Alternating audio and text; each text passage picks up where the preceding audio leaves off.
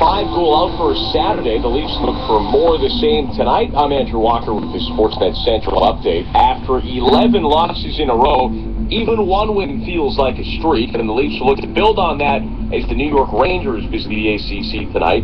Stay positive and stay hopeful and believe in yourself. And so, there's no real secret to it. You just come to the rink, you work hard, and keep believing in what you do and in your coaches and your teammates, and eventually good things will happen. James Reimer expected to get the start again ahead of Jonathan Bernier, his third straight. Puck drop 7:30 tonight. Stellick and Osborne have your Leafs Nation postgame show right here following on Sportsnet 590 The Fan. Last night, a rare win for the Oilers, 2-1 in New Jersey. It was Nail Yakupov, the game winner. How about those Calgary Flames? They're back into second in the Pacific, a 4-1 win over San Jose.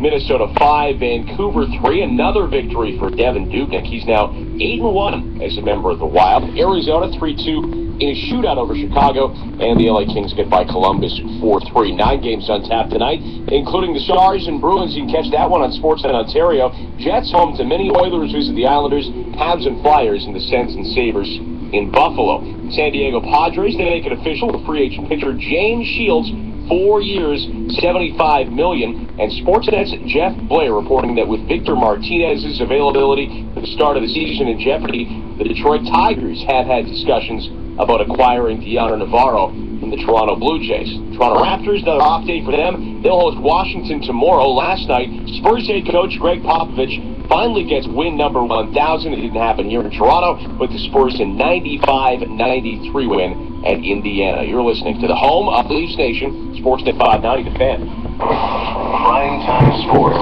with Bob McCowan, 64. Clock. 5 seconds. The Fan.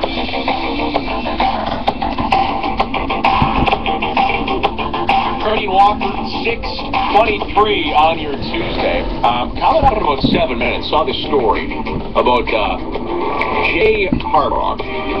So not John nor Jim. Watching film on a plane, like game film, and having, you're like playing solitaire and someone's over your shoulder saying, hey, put the red 8 on the black 7, or vice versa. Apparently he got mad at some guy in the plane, and it reminded me of a very similar story. You had a ghastly, to me, awkward incident you told me about a year ago. Yeah. Wow. Oh, and that one too, yes. Oh, there's more than one. I've actually had a watching football film with a coach story on a plane, I'll tell you about it.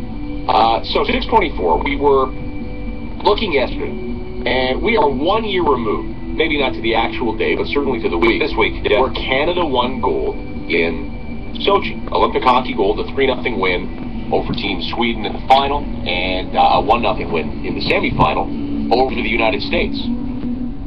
It's amazing what you forget, too. Yeah. We were the 3rd seed going into the quarterfinals. Sweden was the 1, and Team USA was the 2, and we were marveling. We didn't think Sweden had beaten that many good teams, and we were marveling at all the goals the States were putting up. There was that classic Saturday morning game, which was probably the best game in the tournament between the U.S. and Russia in the preliminary round. It was a great hockey game that morning on Saturday.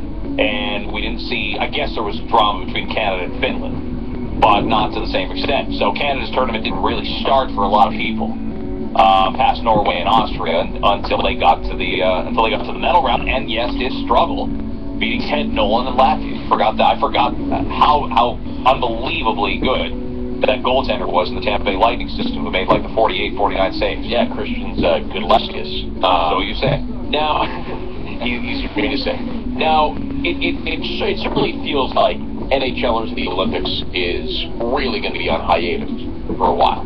Right? That's what it feels like, especially with the announcement of these World Cups. To a lot of people, it won't hold the same acclaim. Now, you love World Cups, Canada Cups, you always have. I don't feel the same way. I love best on best. I love it. I hate this new format. I do too. I don't like the N23s. I don't like the All-Star team.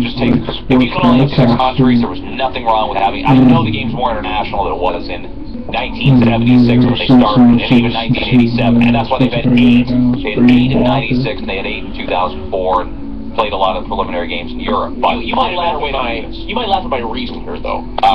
see if you agree, because I don't mind the international all-star team, because yes, Austin, Kopitar, and guys like that do deserve to play best on best. They're good.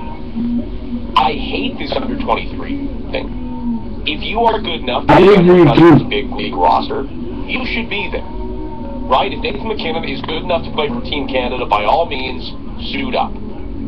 But when you're talking about guys from our country playing with guys from the country south of us, I hate it. I don't like it either. I don't like it either. That's fine. Yeah, the North American. And you're also what I agree too. Everybody with Team Canada at the Olympics now, the other side. And there's a better chance you'll make it. We all players agree that who if they don't make it return, or they're not 1-2 the return, probably doesn't deepest goals right now. It feels I think we've slipped to the point where they're behind the Americans in producing excellent players. In terms of depth, yeah, perhaps. The high-end guys are on high-end guys. Russia, but depth, I would agree with that. Yeah. Especially you look at, even Sweden arguably has better depth than the Russians. So it didn't feel like we had a super controversial decision. We know with last year's team. Now, everybody fussed about Marty St. Louis. Yeah. And that was the controversy about it at the time, and basically, now that we read the tea leaves, in retrospect, it led to his decided departure, demand to depart from Tampa. Now he ends up getting on the team because Steven Stamkos couldn't get ready in time, couldn't get back from the broken leg he suffered in early November. So he's on the team. Who would you? I picked 3 guys I had and 3 guys I'd for sure. That just 12 months later, they had just 12 months. Yeah, they had a perfect window to make the team last year. It all fell together, and that'll happen sometimes with guys. You'll get your Rob Zander moment. There were a couple guys, Chris Draper and Brendan Morrow made the 04 World Cup team, and maybe wouldn't have 2 years earlier, and certainly wouldn't have 2 years after. Who are your guys? Well, for me, and I'll start with the obvious one. Mike Smith has had a lousy year, and you can debate the merits of the third goalie, but it's like being a finalist for